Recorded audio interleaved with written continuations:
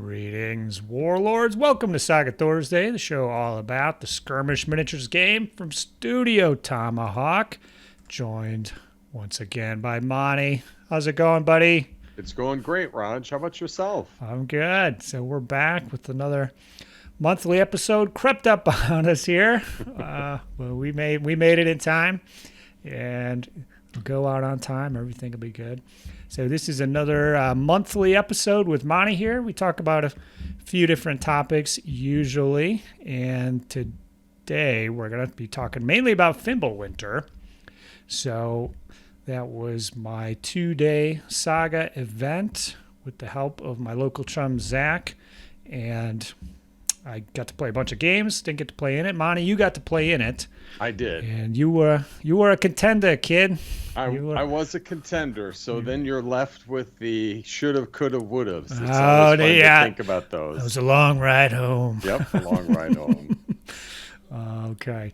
So, yeah, that's going to be our main topic. We do have a couple little nuggets to chew on here, though, before we get into that. So, Monty, did you see the top 5 aggressive warlords video? I did. Oh, I really like that. Good job.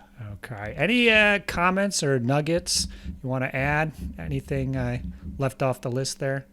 I mean, I think I had in my mind like a couple like hammer warlords, and you hit on those, and it kind of made me think that I would like to kind of change up my play style or play one of these war bands and kind of lead with the warlord kind of thing. Mm-hmm. I mean, so that's what you really sparked for me, like Norse Gale, get that hammer going, or the Anglo-Danes with a bard, and just get out there and start chopping your way across the board. But I couldn't think of any that you left out. I think you checked the boxes for the big ones there. Awesome. Yeah, glad to hear. Yeah, I'm probably too aggressive with my warlord from time, but you send them in, you chop some guys up, you knock down a Saga die, and usually you live. That's the good part, and so you're sitting pretty. So a lot of the video is just focused on war bands that could keep that guy alive, right. After the fact. I think the toughest part was deciding whether to throw in the Raja on Elephant and the Briton Warlord with the retinue, so those guys, a half point or a point more than the regular. So if I did include them, they probably would have been first and second, I think. But if you don't take the Raja on the Elephant or the Briton there's no reason you wouldn't take the Briton Warlord without his retinue. But if we're on an even playing field, there isn't that many abilities actually to boost up those naked guys. So that's why they didn't make the cut.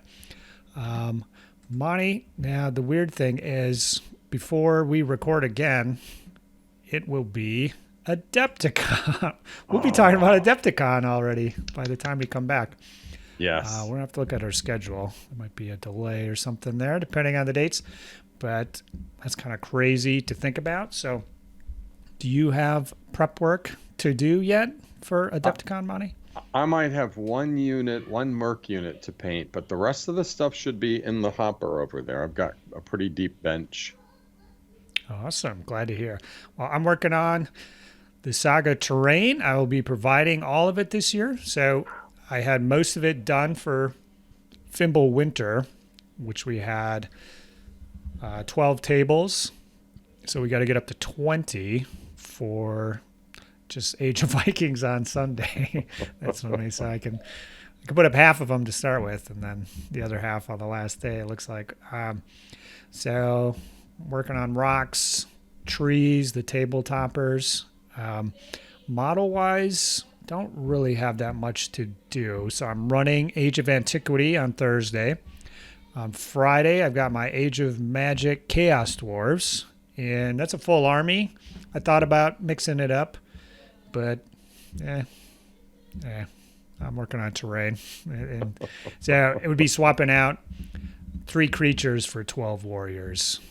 I think probably that's a better build for the way that I have it, but painting 12 guys, Monty, that's like a 3-month job for me. I should have started back in December. On Saturday, we've got some big news here. I finally worked up the courage to ask out my Saga best friend, Monty. We're teaming up, baby. Yes, we are. It's going to be awesome. Yeah, looking forward to that. We do not have our war bands finalized yet. We're just going to pick from what we got here. It's a little late in the game to be coming up with nefarious plans, but maybe next year. I don't know. I've liked some of the things that we've talked about, and yeah, I'll have to keep that in mind. I like so. Sunday, I'm in Age of Vikings. It looks like I'm going to borrow an army for that, so I don't have any painting to do. And yeah, I've got the full Saga docket. I was thinking about peeling off for Infinity one day, but the schedule just didn't quite work out. So looking forward to it. Hopefully, my Saga stamina, my reserves will hold out. You and me both. Now, I was going to have Saturday as a day of rest and recovery to get my brain back, but we're going to just dive head into the pool. Keep it going. All right. Did you do the 4 days of Saga last year? Did you peel? Okay. Well, last year I had to miss, but I generally do all the days. Yes, I do all the days. All right, man. Looking forward to it. And if you're a patron, I'm going to post some patron stuff. I want to have a patron night on Thursday for all the Patreons to hang out and meet up. So stay tuned for that. And all right, let's move along here to the main event. Saga Grand Melee Fimbulwinter. 2 days. Now, Adepticon has been 2-day tournaments in the past. Right. You know, do you remember the last time they did a 2-day event? It could be as many as 3, no more than 4 years ago. Okay. Maybe first edition? Do you think there was a 2? Yes. I don't think there was a 2-day for second edition. Do you? Gosh, I think by second edition, maybe that's a good point, because I think second edition, Studio Tomahawk, the crew came over, and I think we were changing every day a little different by second edition. Yeah, so probably at least, I'm going to say the last 5 years. This is the first 2-day Saga event in the United States for the last 5 years. I'm just gonna go out there. Yep. Just boldly claim that is the case. I don't have the data to back that up, but Monty, what were your thoughts going into this? So the packet was out pretty darn early. All the scenarios were in there, so you had a lot of time to stew. We did. Over a 6-month period. That's about four war bands painted for you. How does that? 4 options considered and discarded, right? That was fabulous. And I think I mentioned it to you, but I'll say it here. As soon as your packet was released, because these were some of your fresh takes on the old classics, people were running with those. We were playing them, and it was kind of regardless of whether you were intending to go to Fimbulwinter or not. People just like something fresh and new, and we'd say, let's try this version and take it for a spin. So having the scenarios out early and having them adapted, with your personal touch, was awesome. So awesome. Plenty of time to plan and think. Yeah, definitely. So I'm already, I've been playing the scenarios a lot myself. I'm already I got to get that Allfathers packet out there for everybody. So everybody's got new scenarios to play. They're going to be tired of these ones. So, I'll be looking to get that out pretty soon here. But so you ended up taking the picks to the event. What was in the running there, and how did you decide on the picks? Yeah, that's tough, right? I painted the Anglo-Saxons a little late, and then when I looked at them, I used to like these guys, but it was a little late, bringing them to the tabletop. I finished my Goths a little bit late and did consider them, but I have to be frank, the Goths the Goths give me the same initial trouble like in the early phase that I think I had with the Mutts, which is when you have to kind of calculate how far you degrade your war band, like to like get your abilities Mm-hmm. going. I think I've improved a little bit, but I still take more losses than wins when I run the Goths. So they got a little run out, and then they were back in the bin. But the picks were colorful. I was very happy with how they looked. I was also very happy that I had painted like I had three levy options. I only ever used bow, but I Mm-hmm. still had it. And I had, the warlord in a chariot and on horseback. Again, only used the guy on not or yeah, on foot, sorry. The chariot never made it because I was trying to be competitive, and the chariot is just 4-4 is just really tough to be a warlord in a killing field. So yeah, I Oh had yeah. lots of options. I had plenty of time to train up with them. I played them quite a bit, and I had really good success in my practice games. So yeah, they were the ones that I took. Yeah, that's cool. So yeah, you were the only Pix player there. Um, from the Barefoot people, we had Scots. I don't think Yep. there was any Irish. I think there's just a couple Scots players. No Irish, no Welsh.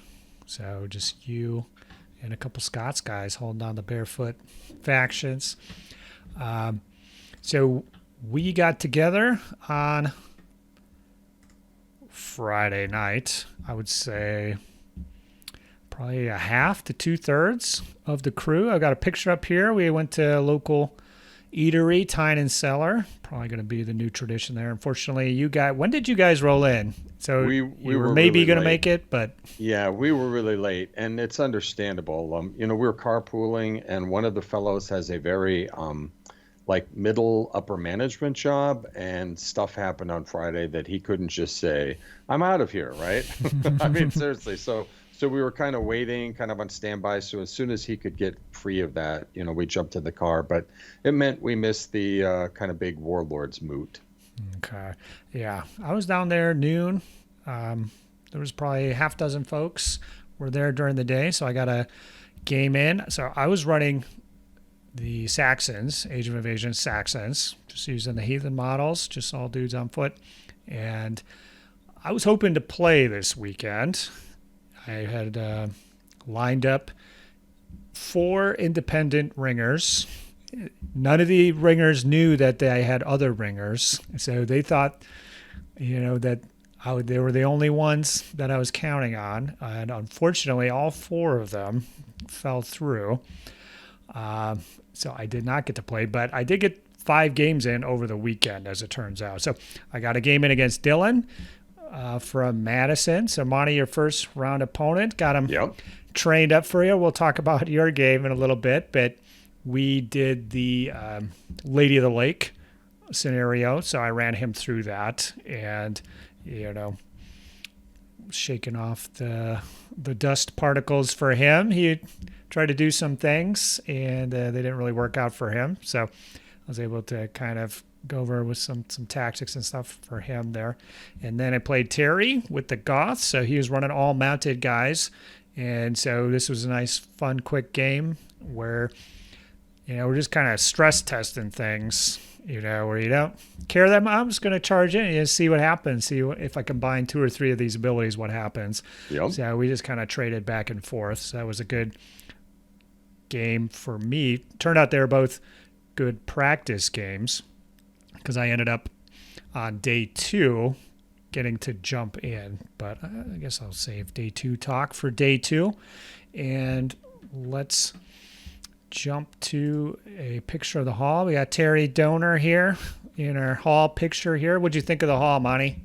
I loved it. I mean, so first of all, the hint of how good this was going to be, I already knew it was going to be good, but the first hint of how good this would be is I come into this massive bowling alley with like 64 lanes. They are serious about their bowling in Yeah. Wausau. I take a left. I'm going down the hall. I'm walking through the bar. And as I come out of the bar, right on the other side is our gaming hall. So the distance from a drink or beer and me Yeah. is like 15, 20 feet. Yes, that was important. I think I can pop to the next shot. So this is the bar that Monty was talking about. So I think Hagen was taking this photo on the end, and there's a doorway at the end. That's the door to the hallway.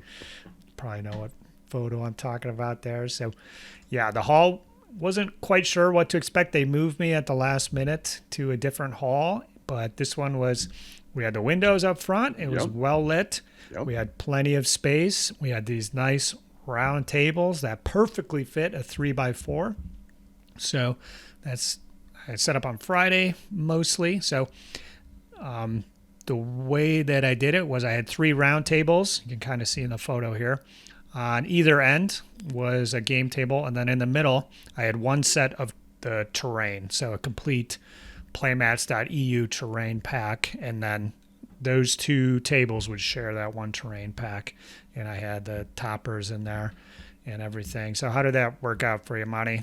It was perfect. I had plenty of room. You had extra chairs. So every time, like, I and a lot of the guys, we have battle boards. We have our miniatures. We have a lot. We're lugging back and forth. But I rolled up the table every time with plenty of elbow room, the extra space, and just very comfortable. Just really a great experience. Awesome. Cool. So, yeah, day 1 matchups here. So, like I said, I tried to set up the ringers, didn't quite work. So these were ringers that usually you have a ringer step in if it's odd to make it even. So these were ringers to step in to make sure it was even so I could play, because I kind of actually was the ringer. So we had 23 players. That was including me. So I had to pop out for the first day of festivities.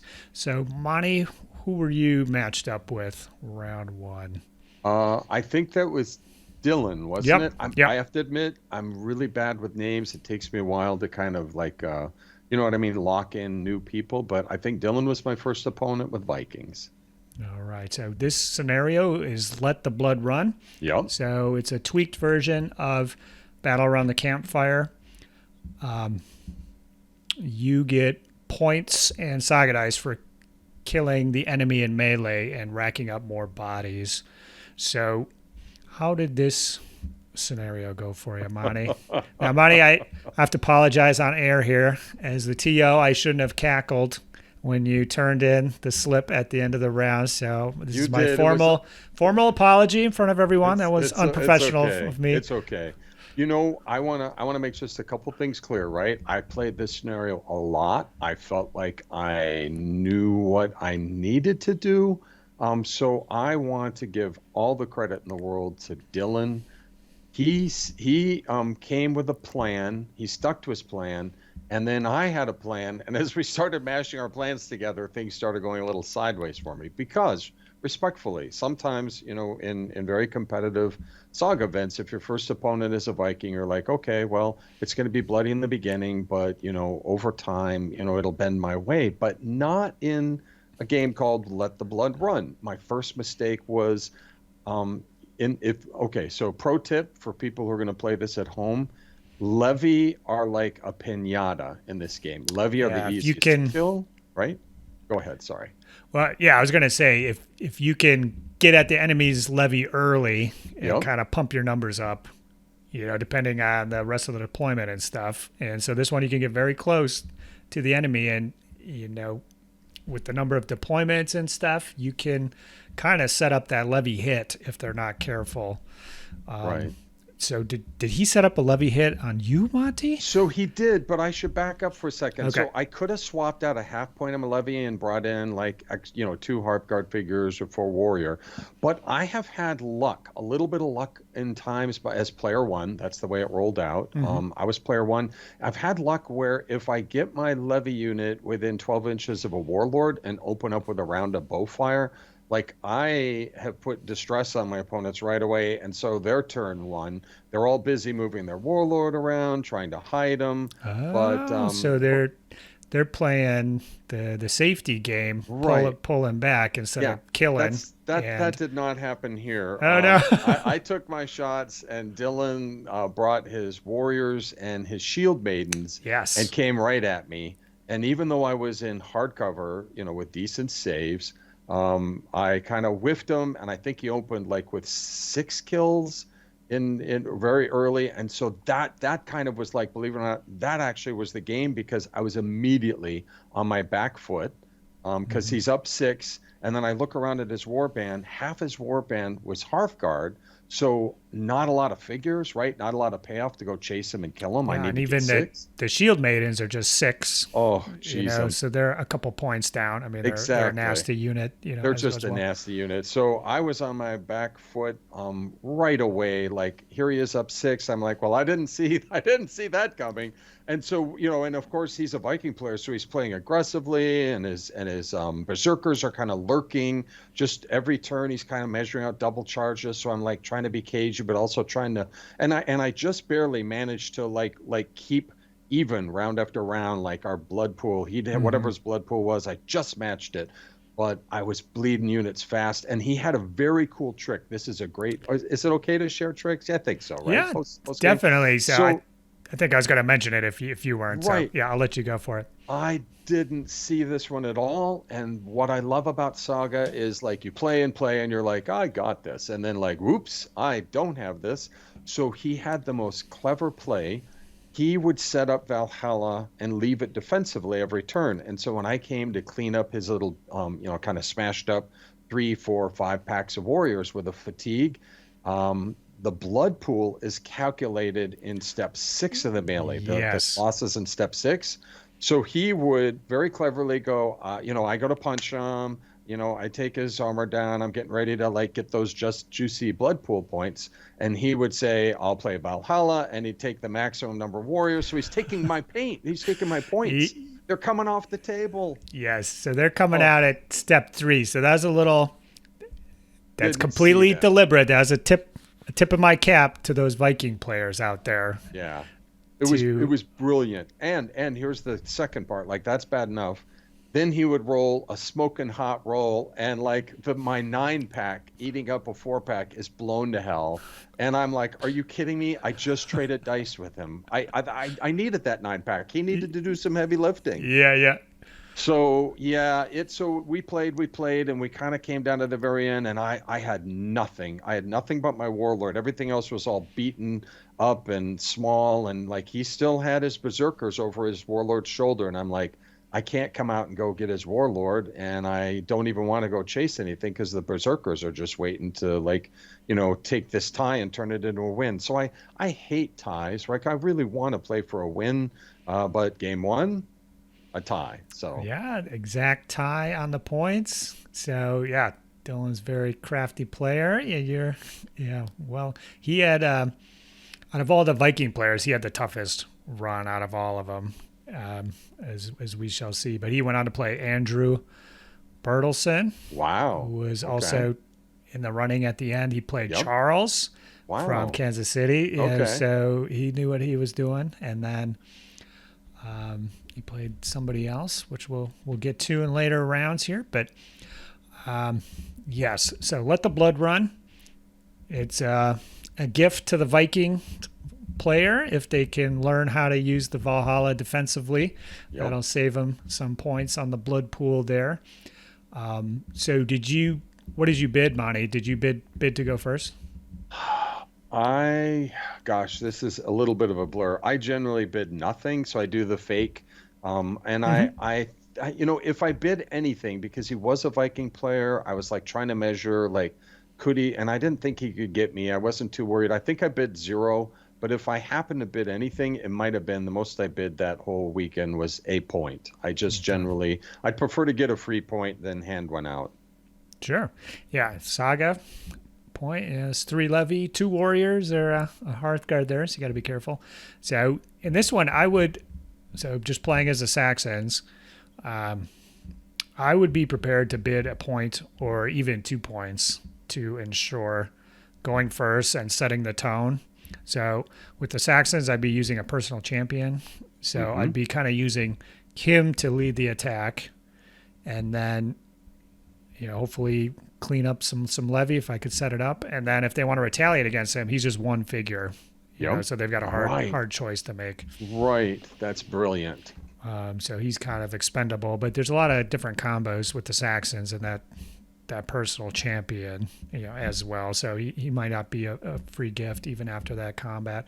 So that'd be my plan there. I think, yeah, be aggressive. Try to set up that first turn against the levies if you can. If you can kill 7 of them, ooh, that'd be so nice on that first turn. Right. Yeah, because 3 and 3 and 5 and 5. If you're playing things right, on turn 3, they'll just be rolling 4 or 5 Saga dice, not even their full what they started the game with. So, all right. So round 2 was the Battle of the Heroes cards. So yep. I liked how this worked out, and I think it's probably going to be a staple of Fimbulwinters in the future here, just having one kind of random one here. So we had, now I don't have the cards in front of me, but the terrain was normal. So you guys got a pass there. The length of game was essentially normal. You guys got a pass there.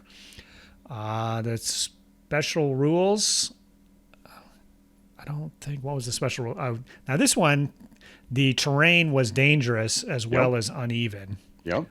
So that one, depending on what's going on there, that could be a pain. For victory points, if your unit was shot up, you would get a point. If your own unit was shot to death, you would get a point for your unit being shot. So a slight just a tiny anti-shooting buff there. The big thing was the deployment cards. This was, I don't know what the name of it was, but you could play what was the blood pool scenario again. This could have been round 1 all over again, because this one, these cards are a test of your overall, the depth of your Saga knowledge, and how are these factors going to combine, because it ended up being you display your army in 2, and then you could go up the full half of the table and deploy. Yep. So you deployed half your army, then your opponent deployed on the opposite side, and then you deploy the other half of your army and your opponent deploys on the opposite side of that, or maybe flip-flopping there. But essentially, if you were not paying attention, you could start your first turn and your enemy is within medium, right? Yeah, there's no minimum distance there. So if you had you're the kind of guy who sets your figures up on the starting line and gets going, if you did that as the first player, you could have been quite surprised when your opponent deploys, just an inch or 2 away from you. You'd be like, wow, okay, that's not what I had in mind here. Exactly. So I know, just hearing a lot of people, just kind of didn't think it through. And by the end of their deployment, were kind of regretting how things were ending up. So who are you playing, and how did the deployment part of that go? Right. So you're going to have to help me. Was it Davey? It was someone with the, oh my gosh, it's terrible, with the D. And he was a Viking player, and he was from Wisconsin. Oh, another Viking. Drew Binsack? Drew, that sounds right. Thank you. So another Madison fellow. So this would have been Dylan's buddy. They're all playing Vikings. So, so another Viking player. And it's funny, what you just said was kind of what I did, because we just don't do Book of Battle for whatever reason. But I really like the hot, fresh take of randomly, here's what we've got. So the good news was I had some terrain, which is very key for the picks. I got that terrain down. And so I did not set up anyone in terrain because it was dangerous. Wait, no, my 6-pack of archers. I took my archers after last game. I'm like, okay, 6-pack of archers. Well, my levy, I took them down a point and put the extra point in Hearthguard, I think. So then I stuck them in a swamp just so they're going to be hard to charge. And if you charge in there, you'll be kind of stuck, right?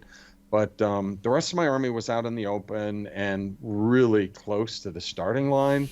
And then as he put his Vikings right on the starting line and I started looking, a little memory came to me called Ragnarok. And I'm like, if he rolls 2 rares, I'm going to be 0, 1, and 1. So I kind of panicked And when I place my dice, I kind of like, use my wheelbay determination and activations to just like try to create a little space between them so that I can get a few things set on Yes. my board for round 2 and just not get, if he rolled that Ragnarok, I'm like, oh, this is going to be fast. Yeah. So the one thing I didn't mention was the first player mechanic. So this was, you got your full dice as first player, but you couldn't play any advanced saga abilities. Right. So it's kind of interesting. Depending on employment or something, you could just kind of do, just straight combats, first turn potentially.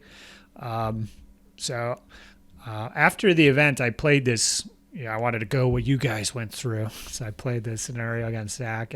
I kind of like that as, we did 3 dice, first player, 5 dice, second player for almost all the other events. But I kind of felt fair, felt good, giving the first player all their dice, but couldn't do advanced stuff.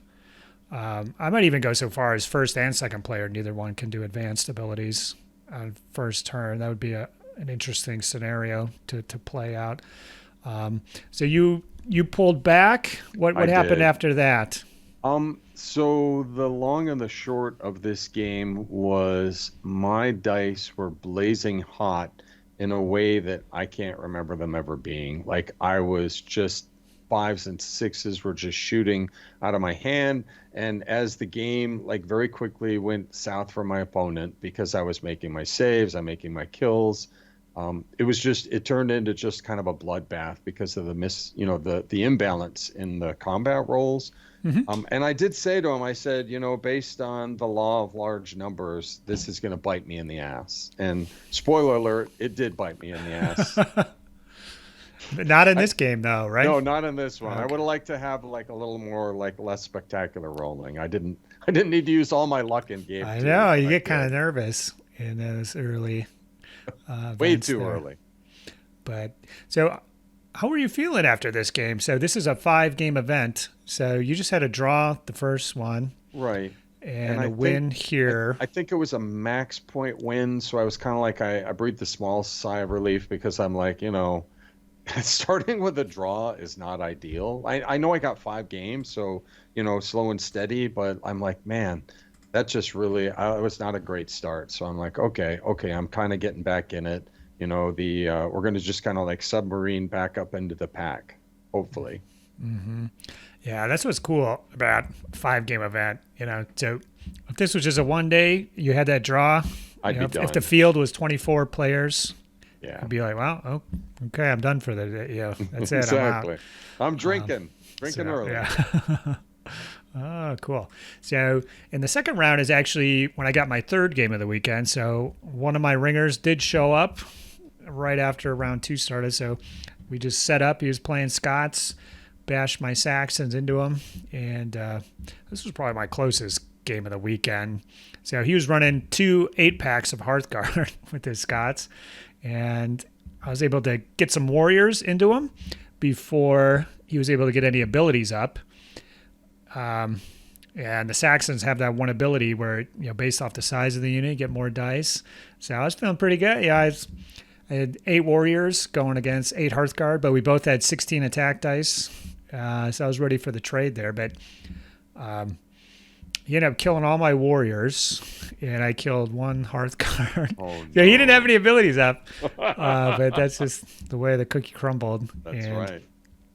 But the levy shooters, so I have a unit of levy with bows. They ended up kind of doing a number on those Hearthguard by the end of the battle. So, and this was, he was the ringer Matt, so he doesn't play that often. But I was like, Matt, if you actually played a lot, like you were just beating the tar out of me, in that battle here, because you really had me under the bus just in that first round there. But that was a good game. Unfortunately, so I was looking forward to him stepping into round 3 to make it even, and then I could play round 3 in the event. But he was like, I'm not really feeling it. I'm going to head home. So I did not get to jump into round 3 of the event as I was hoping. But round 3, who was your opponent for that one, Monty? It's funny you mentioned Scots because I played John and his Scots. Okay, Silver Fox, John Yep. Stentz. Yep. Okay. Oh, all right. Now that's a tough matchup right there, Monty. That is a tough matchup. So, how did you feel going into this one? So, this was the 3 objective scenario, or Yep. share the wealth. 3 objectives, basically a slightly different version of robbing and ransacking, looting and pillaging.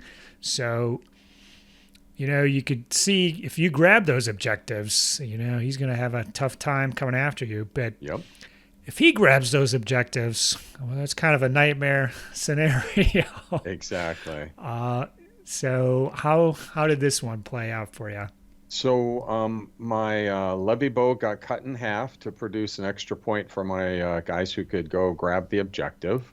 And like you said, as I looked across the table, I know he plays Scots so well, and I was really anxious about if he got those objectives and he starts playing his Scots defenses with an elk, that I'm just not going to ever get him back again. So I did actually bid a point at least. Gosh, did I bid 2? I at least bid a point because I was like, I want to be player 1 this time. I have some pictish abilities that help me hustle and get across the field, and I felt like I had to get the objectives early to be able to, have a chance against the Scots. And as luck would have it, he bid nothing, so I did go first. So the secret for this round for my picks is this scenario. This scenario is really one where the picks battle board sings. I rolled 3 dice to open. One of the 3 was an elk, so a rare. I put it down on scouts. So all of a sudden, 2 of my units can move, 2-foot units can move 12 inches, right? Through terrain, so actually, if what need I did be. was first you maneuver everyone, get them forward. Then I do a we obey and a determination. And so as this happens, like everyone's going to have fatigue, but it's okay. I'm pushing my whole warband up. And then I use the scout's abilities to actually go grab 2 of them. I may have even gotten the 3rd one by doing the we obey determination. If I didn't, I was close. And granted, everyone's fatigued up, but I'm like, well, if he's going to come, number 1, he doesn't have much room to maneuver. Number 2, I played terrain really well and just jammed his back line with the biggest terrain pieces. So he had like two channels he had to come out of. And number 3, if he's coming after me, well, I can hopefully get him in the next round when I have more dice. And so this was one where I put, my opponent on his back foot because my guys are fast. They're up on the objectives. I'm holding them like at the end of round 1, and he doesn't have hardly any room to maneuver. And he's got to come out of these tunnels to come up and challenge me for these things. So he started off in a tough spot. Mm-hmm. So was he able to get any of them by the end, or no? Were you burning rubber back towards your? Yeah, it was a combination of things, and I have to be very frank. I don't know if he rolled any rares, so that's no help to him. It makes a difference, yeah. It makes a big the Scott difference with the Scott board for sure. His combat dice were not fabulous. Mine wasn't blinding, like I used all that luck up in turn 2, but I had some defensive buffs set, and every time he would punch one of my units that had an objective, we kept tying out, which means he withdraws without it, and I hold on to it. Now I'm fresh, and so I could go back in and beat up his units in my turn. And pretty quickly, we created, kind of we put the game away. We started fast. We had a good middle game, and then we pulled away for the win. All right, cool. Well, gotta be happy about that. It's not often you get to pull one over on the Silver Right? Fox like that, especially that is true. When he's using his tried and true Scots. Oh yeah, it's one of his longtime factions. So I told him this. I said, it's like the old saying goes, the most dangerous beast is a wounded beast. And I'm like, so just because you're down, don't think I don't know that you can come back and steal the win. Mm-hmm. Yeah, but just some timely 5+ saves. It's always right? Always good. But you don't even need that with the Scots. Exactly. So that's awesome. So yeah, what did you ended up doing after round 3? So that was it for the day. Yep. Did you did you guys go out to eat or something? I think I saw you back later. Yeah. So it was just really nice, just catching up with all these people who love Saga from all over, right? The KC guys, I don't get to see them very much, so they were gonna, I didn't really want to get in a car at that point and go get dinner or sit around, wait. So the bar had good pizza. Yeah. Just a small sidebar. It's actually fine, but so we go to the bar to get our pizza, put on our order, get some beers, sit down, and we're chit-chatting. And time is going by, and my eyes are like looking over, like, is that our pizza? Is that our pizza? And I think I am not kidding. I think it was like 70, 80, 90 minutes, and finally someone was like, okay, I got to go check on our pizza. Like, it's busy, but is it that busy? Yeah. And our order got mislaid. It got waylaid. So that's okay. We drank beer and got to catch up. But yeah, we were pretty hungry. That was the best tasting pizza I've ever had, simply because I was starved at that point. They had some good pie. I'm kind of a They pizza did. snob. I was surprised to find another good pizza joint in our hometown here, so I'll be heading back, get some of that stuff with the family for sure. So once you guys, I think you were eating like Charles and Steven. Yeah, so once they came back, we set those guys up. We played a little Age of Chivalry, Monty. Yep. So this was intended for the attendees of Fimbulwinter, so I'm not going to be spilling any details really about anything. But Charles and Steven got to play as the French versus the English, classic matchup. So I had quickly assembled a gray horde using the Perry Agincourt boxes, the French and the Knights, and then Zach put together the English version of that box and some more Knights. And yeah, it was really cool to see. So these were translated from French by me with the help of Google. And they're just in a playtest state as well. So the people that looked at them, they, who knows what the final version would be, but you could tell the way that these abilities, the kind of the tit for tat nature of how the board, it seemed like they play tested the English versus the French quite a bit, because I think that'll be kind of an iconic matchup. So it seems like when those two forces meet, it could go either way, just kind of based off the battle board. So the English are obviously very shooty, and the new kings, Irish, put down your mantle as the shootiest army in Saga. Although, I don't know, maybe the Persians might have picked that one up already. Right. That'll be interesting. I don't know if they're shootier than the Persians or not, the English. I think they are. They're definitely, the Persian board at Age of Alexander, it can do a lot of different things. It shoots very well. The English board, you gotta bring those longbows. You have to. It has to be a shooty board, just kind of based off the abilities, I think. The French board was kind of a little bit of everything. A little bit of anti-shooting stuff. The Hearthguard can get resilience, and that's kind of what cancels out the shooting firepower. That's what keeps them in the match against the English, is the Hearthguards. Kind of like Crusaders, they have that ability, gaining resilience. Definitely boosts the survivability of the Hearthguard against shooting. So the French do have an ability kind of like that, I will say. So that's what keep them in the game against the English firepower. So that was very cool of Alex to get that over to us. And I believe that is the next book to come out, but sometime this year, hopefully. I think that's all I can say about it. Monty, did you get to take a peek at those boards? I did. I got to take a look at the action and the abilities and talk to both of them afterwards. They both really liked it. They were very impressed, as was I. It's interesting, yeah. So I kind of quickly assembled a plastic Macedonian successor force, and then Victrix, and then immediately I'm like, oh, I gotta get these ready for the event. So I got the Age of Perry stuff and assembled that. So I actually have two kind of gray armies ready to go. And I'm leaning towards the chivalry stuff to paint. It seems more, I don't know what it is about the knights and the crossbows and everything, seems to appeal to me a little bit more now that I have two boxes sitting before me.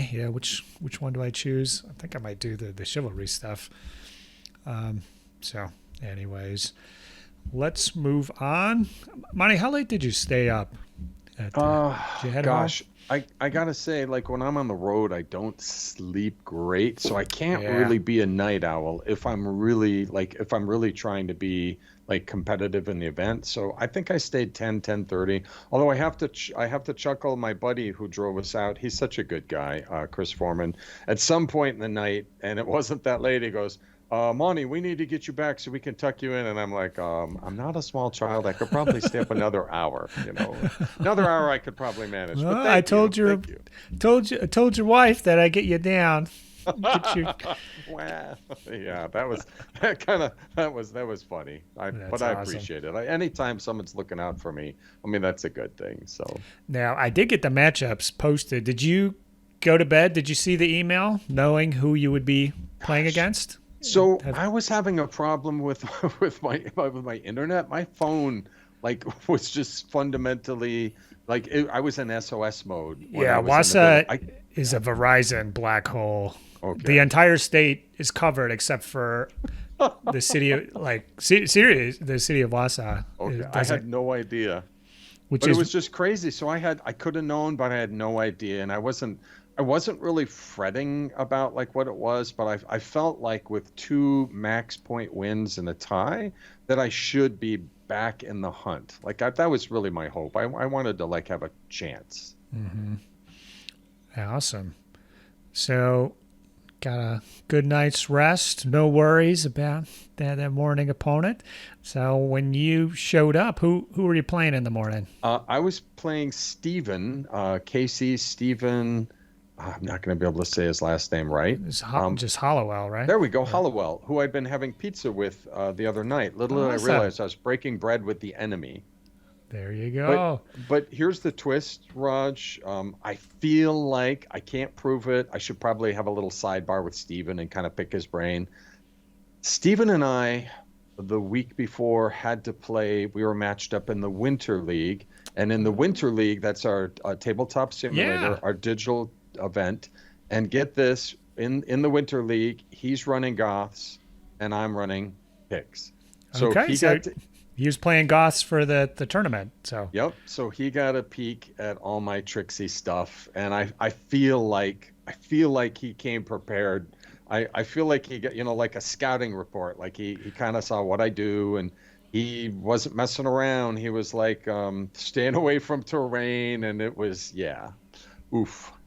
Oh, okay. So this scenario was a diagonal deployment, and models which were killed by shooting, essentially, were worth levy points instead of whatever they were. So if you're shooting levy, there's no difference. Right. If you're shooting warriors, right, over the course of the game, it may cost you a point or two for blasting them. For the Hearthguard, that's when it's you should probably be killing those, and then definitely the Warlord. You don't want to lose the 4 points by smoking them with a javelin.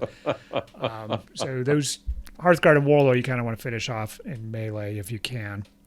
The other thing was you had to get out of your diagonal deployment zone, or else you would be eliminated at the end of the game.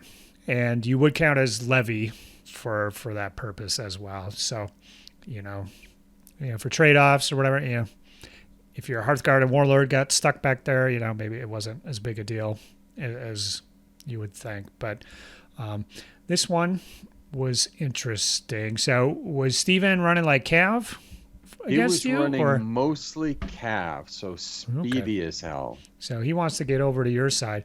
And so, with this scenario, you really need to toe the line, because if you hang back a little bit and your opponent manages to get into melee and push you back short, now you have a depleted unit that's at least 2 moves away from getting out of its deployment zone. And, if this is a unit of like 2 or 3 warriors or something, that was like, are you going to spend Saga dice on those guys trying to get them out of your deployment zone? So as a defensive army, you have to be very careful in this scenario, I think. So, Monty, this advice I just gave out after the event, did you toe the line, or did you play a cagey and was planning to make a run towards the end of the game to get out of your deployment zone? Right. I started pushing up from turn 1. Okay. Yep. I think that's the way to do it. Right. And I have to be honest. I mean, Goths are popular in our little group here. I run Goths. I know what they can do. And I also have seen him run Goths, so I know he runs them well. And I think in our game we had played ambush where I had to fight. My army had to fight in the open, and it just didn't turn out very well. The juicy plays for the picks are near terrain. Don't have to be in it, but you need to be near it generally. And I lost. I had a lead, and he was second player, swept and beat me in combat out in the open. And all of those times, I think those are lessons he took away. So in this one, because he's speedy. I was coming up the middle. I had a steep hill that I turned into rocky ground. So some of my guys were piled in there. Some were outside on the right. Mm-hmm. And as soon as he could, he launched like 2 hard wicked attacks, blasted a warrior unit. We did a little unit trading off to the side. And then after that, it became very cagey. I knew like he trampled my unit over here and I'm running out of units.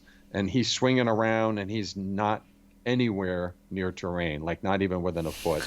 And I could see him like every turn, he's kind of like looking at, I had a mounted Hearthguard unit, which I wanted to use him to do a long double, triple charge and hit a key unit. But credit Steven. Gosh, he made this play at the table. I think it was the key to the way the game turned out.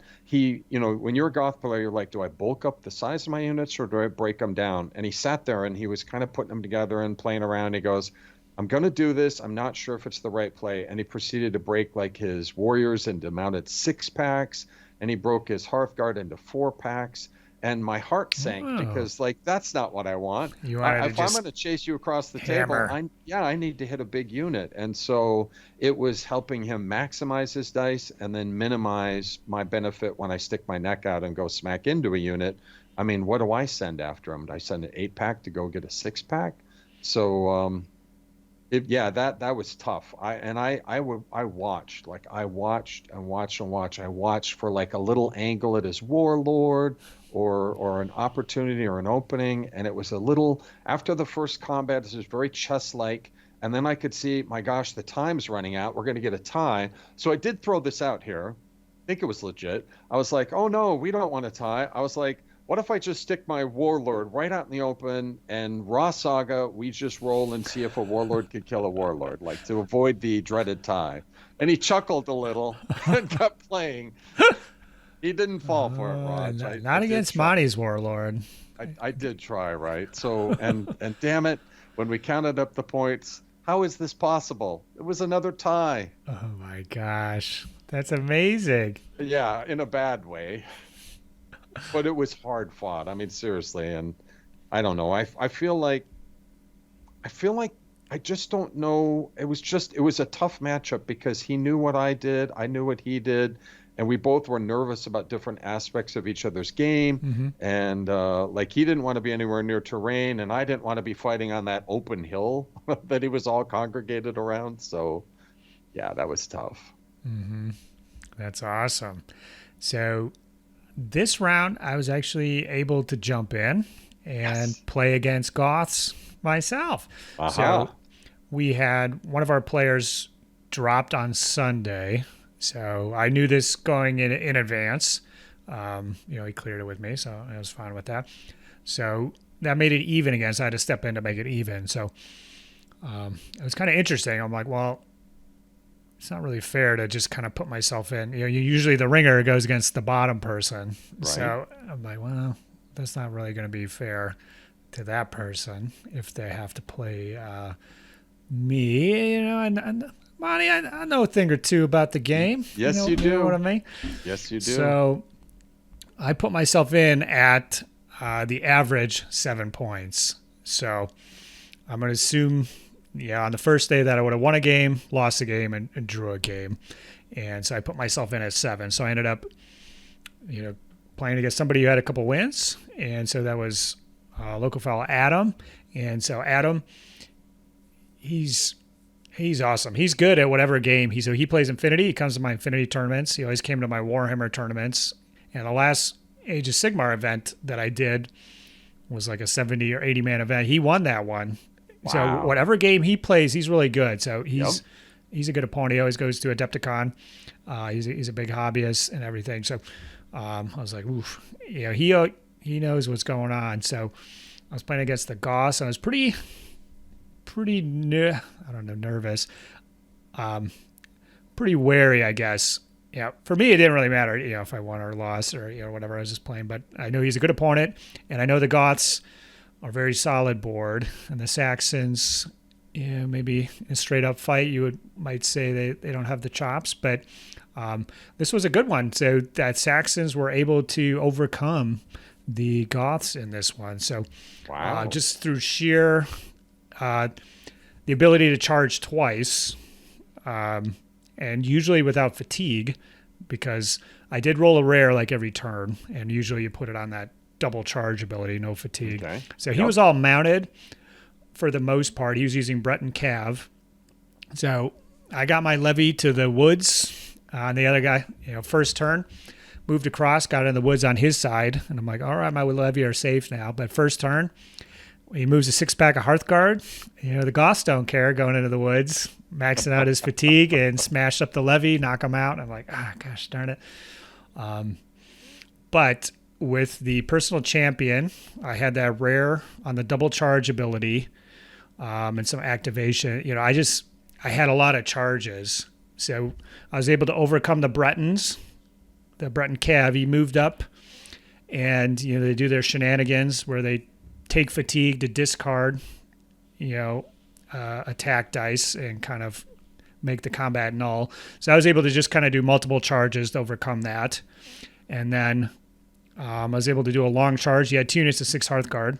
So on one of them, I didn't realize it was 6 Hearthguard. I thought it was 6 Warriors for some reason. So I did this long charge with my 8-pack into the 6-pack of Hearthguard. And I'm like, oh, okay. Well, I already did it. The math, I should have known the math, obviously.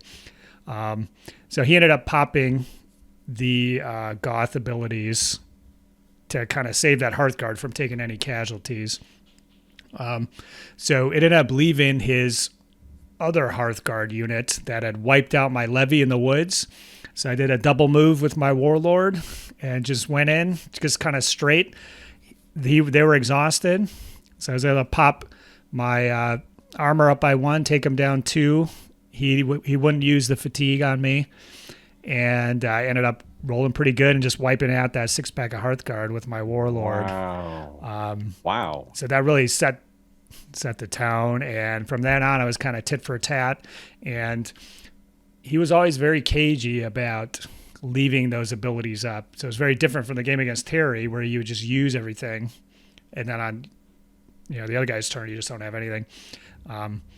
So it was very a good learning experience kind of playing against that, because you can beat the Goths. There's certain, if they have all 3 of those abilities up, it is pretty tough to make any headway. But if they have all 3 up, they probably didn't really have a good attack that turn, so it's a trade.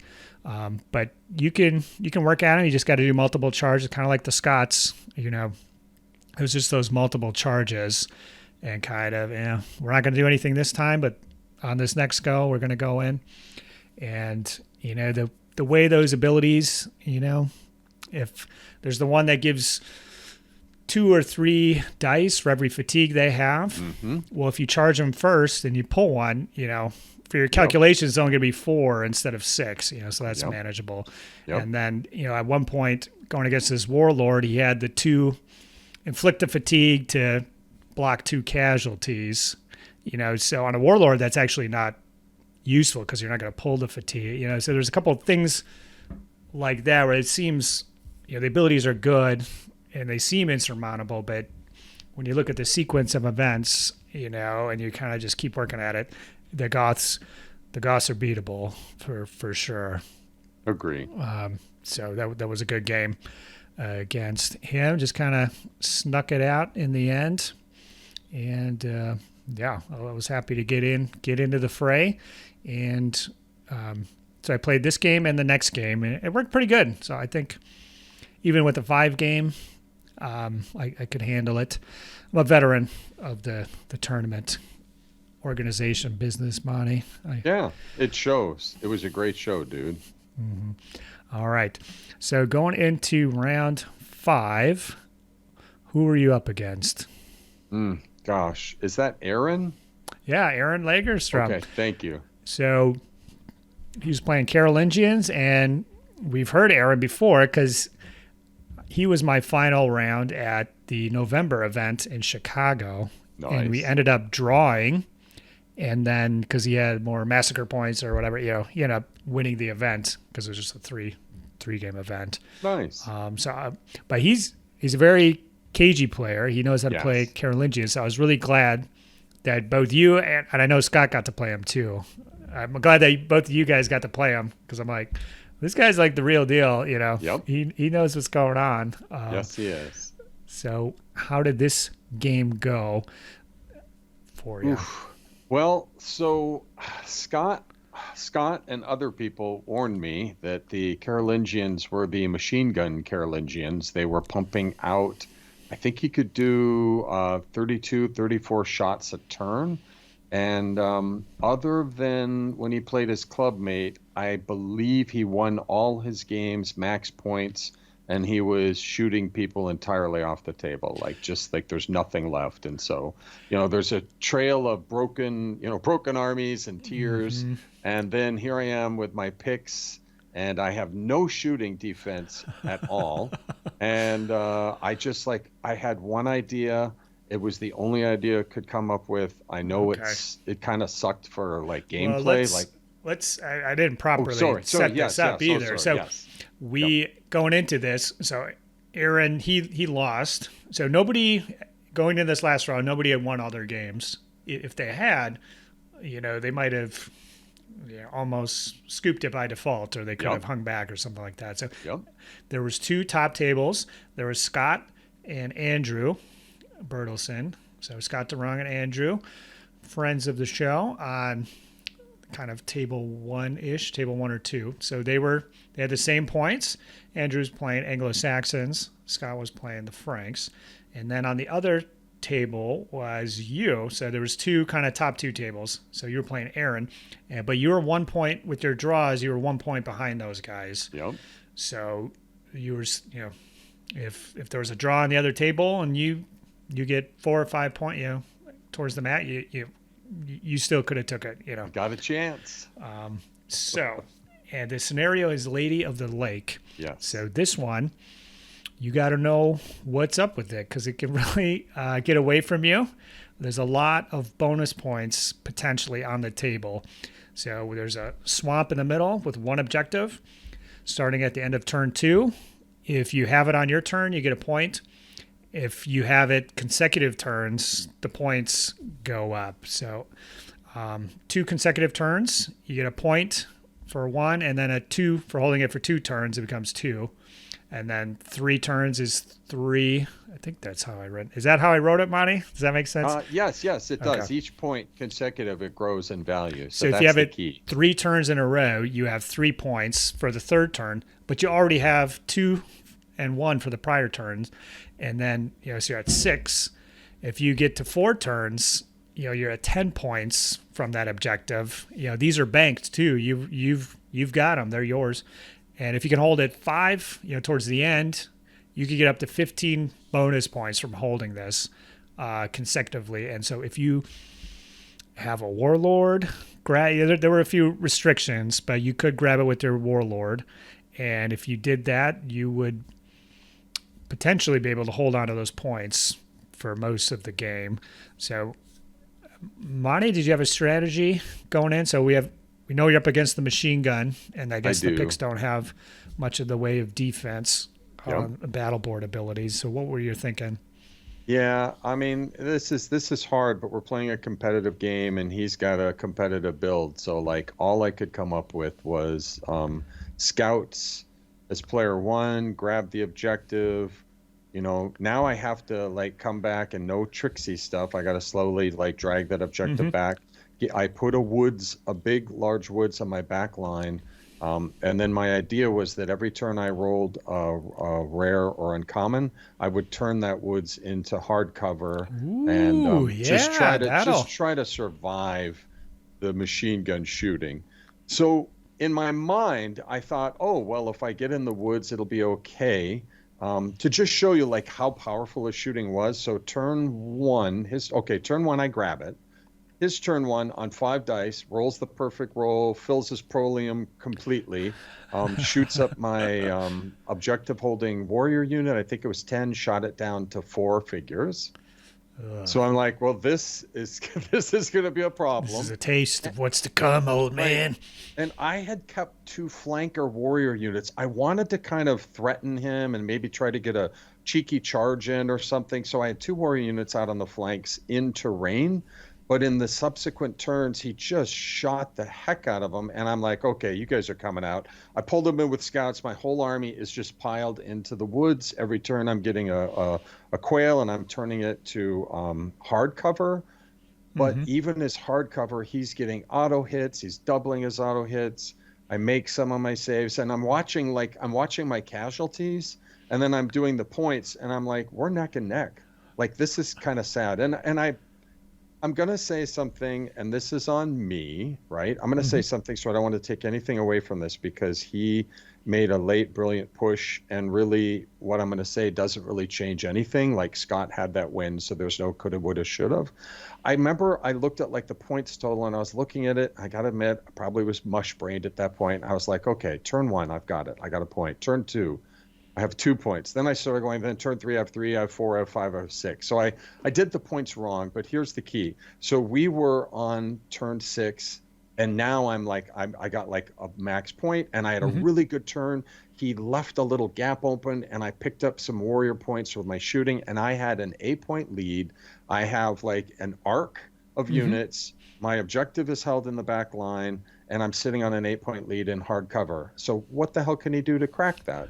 Well, It's looking pretty good. right? As the Carolingians, he rolls his dice, still has his 5 dice, gets it set, takes a 6-pack of Hearthguard, double moves him in on a charge, hits a unit of my warriors. I think they're a unit of 5 because everyone's been shot up at this point. And he pushes through 5 hits on my warriors. I push 2 on his Hearthguard. I pick up my dice. I also played my little save where I get a +1 bonus to my defensive dice. So I'm now saving on 3s, 4, 5s, and 6s. Pick up my 5 dice. I roll them 5 1s and 2s. So the whole unit blows up. Fatigue bombs my whole war band. And then he picks up his. I'm like, now come on. If he whiffs this, a 6-pack is a 4-pack. Yeah. He saves them both. So that's step one. Then he plays like a fatigue-free charge for his next thing. Comes into my unit holding the objective because he's eaten through the core. And I'm like, okay, we could do this. We could do this. I'm throwing 4 dice. Again, saving on 4, 5s, and 6s. I think he pushes through a number of hits. I roll all my saves. I miss every single one of them. They all die. He gets the objective back, gets the point for that. Now he has the points for all the warriors that are dead. I think he saves one of the 2 Hearthguard that figure, added up. And so we do the math, and it's like, oh, look, it's a tie. And I'm like, yay, it's a tie. I now am on my 3rd freaking tie. Wow. I never tied. Dude, I know how to play this game. I was just kind of gobsmacked. I'm like, what the hell? And, I've kind of thought about it and I've chewed on it and I feel like it's just a little fluky, but I also thinking for Adepticon, I'm trying to now think, I don't want any of these like rapier war bands. I want a cutlass. I want an axe. And I don't want any ties. Chop it down. All right. Yeah, I like the sound of that. It sounds like we'll have some influence on your Adepticon choices. Right? I think I learned a thing or two. Awesome. Well, this scenario, Carolingians always a tough force. Yeah. And he played them super tight. Like I was watching, was watching for any misplays or openings. Units recovering units. The levy were out front. He was playing so cagey, right? It was cagey. I mean, I was turtling, and I admit it. But he would come up with his levy, do his machine gun shooting, then pull the levy back outside of my bow range. Like that's how cagey it was. We were just like, and I was like, God, I gotta make something happen. Like, can I teleport someone? Can I get a line on his warlord? No, his warlord's always right near his 6 Hearthguard. So he didn't give me anything. He didn't make any mistakes, and then just a blinding finish to Yeah. steal the tie. So nicely done. Awesome. That sounds similar to my game against him back in November. He knows how to play, and is willing to make some cagey plays to make it happen. So yeah, he's a good player. Look forward to meeting him again in the tournament circuit to come. I don't know if he's going to Adepticon or not, but perhaps.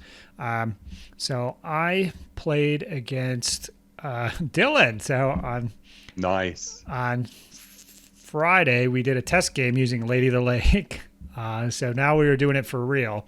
So when I did the matchup, I'm like, I don't know, should I like rejigger this? So towards the end of the event, kind of doing manual changes, you're really gonna mess things up. But I could like recalculate it, but I'm like, it's not fair to everybody else because it could mess with other people's matchups, based off where they were. So I'm like, oh, all right, this is it. So I was able I bid 2 to go first, and I just went in, grabbed it with my warlord. The Saxons got a lot of tricks for keeping fatigue off the warlord, moving in the other guy's turn. So I was able to just kind of pull back with my warlord. And then from then on, I was just kind of trading units with him, just to kind of get in his way, slow him down, and knock him down. And, so VP-wise, we were similar, but with the objective, ended up being about 10 more on top of that. The Saxons, I think, are kind of tough for the Viking. Add the Saxons to the list of factions that are tough for the Vikings to play against. Right. So I had like Death is Nothing up. I'd put that there, and then I'd wait until he Valhalla'd, so, and then I pop it, so even when he's dropping the hammer blow, he already sacrificed a couple guys, and then now he's getting auto hits back at him, in exchange for doing more attacks. And but the Shield Maidens were the MVP for him in that game. On the very last turn, they killed a unit in Hearthguard and then chopped my warlord's head off. I was using a female model. So at this point, unfortunately, it looks like OBS just stopped recording my audio for some reason. First glitch I've had with OBS, hopefully not a harbinger of things to come. So we'll finish up here on our own. I do have a good Monty clip. His audio is fine, you just can't hear me. So we'll jump back to that in a second, and we'll just close her out running solo here. So the final standings for the event were Scott DeRung overall with his Franks, Aaron and Andrew coming in second and third. Monty ended up coming in fourth with his picks. So Monty also scooped up the best favorite opponent award. So he was tied for favorite opponent votes, and you can see he was ranked very highly here, so the award went to him. Patrick from North Carolina came in fifth with his Carolingians. John Stent, Silver Fox, sixth, and then Eric Hagen was our top Viking, who did do a little acknowledgement for all the Viking players. And yeah, that was pretty much it. Chris Foreman down below here, 15th, but he did get the favorite warband votes. Had a very nice display board. There was some tough competition there. If you want to see pics of the stuff, you can head on over to the Discord. I got a few pics up there. Scott posted some pics as well. So overall, a very solid event. And let's jump back to Monty and kind of hear his closing thoughts, so to speak.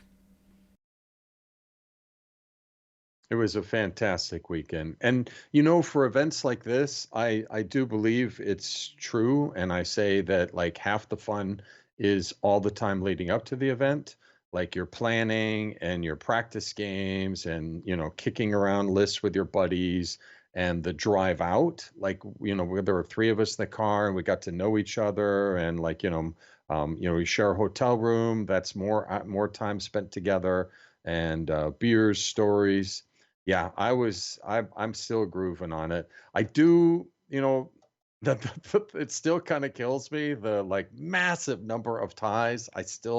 It kind of trips me up. Like, how did I do that? Like, how could it, yeah, yeah. So close. And maybe like instead of like looking at it, kind of like negatively, which I do, I will say unequivocally the quality of Saga play in tournaments has shot up like a rocket. And I think a good degree of this is like, some years ago, 5 years ago, you can't find organized tournament play in the US. It's just hard to come by. And now we've got Saga Ohio. It seems like every couple months they've got something. Chicago's doing things. KC. There's events, and so the guys who are popping around are picking up reps. And so yeah, there are games where like people give you stuff, and then there's games like these ties. I was looking and waiting, and your good opponents are giving you nothing. All right. So one thing was there was a charity raffle that we held there, and we ended up making $580 for, I think this is the Ukraine American Society. I can't read, the font here is too small, based out of Minnesota, suggested by Stephen Hollowell. And this was amazing, especially it was a last minute decision, just a couple weeks out. Not everybody even got the email, so not everybody participated, not everybody donated, but there's less than, not counting me, 22 players, not everybody doing that, and somehow we still come up with $580. That's awesome. So thanks to everybody who participated in that. And like I said, head on over to the Saga Thursday Discord, up to 781 members discussing Saga every day of the week.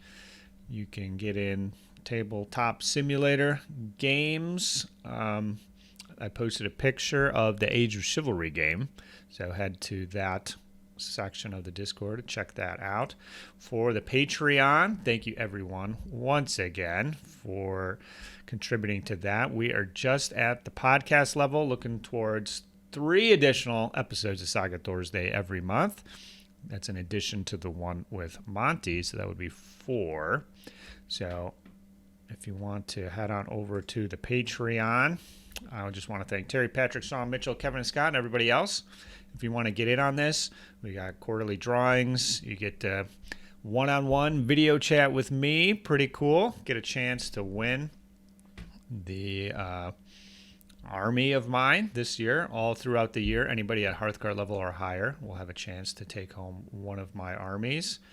And yeah, there's lots of fun stuff there. We do the Wednesday whips. There's an additional video every month for those folks. So head on over, check it out, consider it. And jumping back in here, what do we got next week? The champion speaks. So Scott was gracious enough to work around our schedules and get in a little video chat ASAP.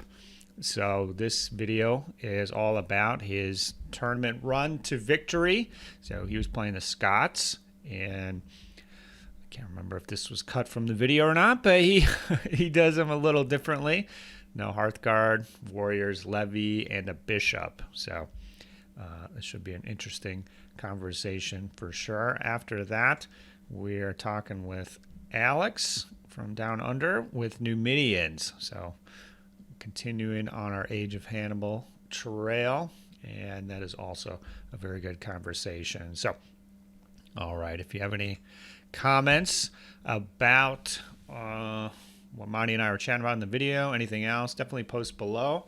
If you were at the event, I think it would be really cool if you maybe posted a summary of your experience there. I think that'd be really cool. Get some additional battle reports, tournament reports underneath. That'd be pretty cool. But otherwise, we're looking forward to doing it again. It's going to be around January, February next year. The venue will not lock in the date with me until later this year, hopefully in June. So I'll get that announced as soon as it's locked in, but that's when it's going to be. We have All Father's Day, June 17th. It's going to be Age of Melee, any historical faction. Going to be in the pavilion again. Working on the packet for that. Should be out hopefully by Adepticon. And if you are at Adepticon, definitely come down to the Saga Halls. Say hello. I'll be hanging out there pretty much the entire time. As it turns out, not unusual, I don't think. So that's going to be a lot of fun. We're going to do special stuff with the patrons. So definitely check the Patreon if you are a patron for additional details on that. Otherwise, we'll check you later, guys. Bye-bye. Saga! If you'd like to see more Saga content, consider joining the Heathen Army over on Patreon or popping on down to the Saga Thursday Discord server. Links below. Thanks, guys.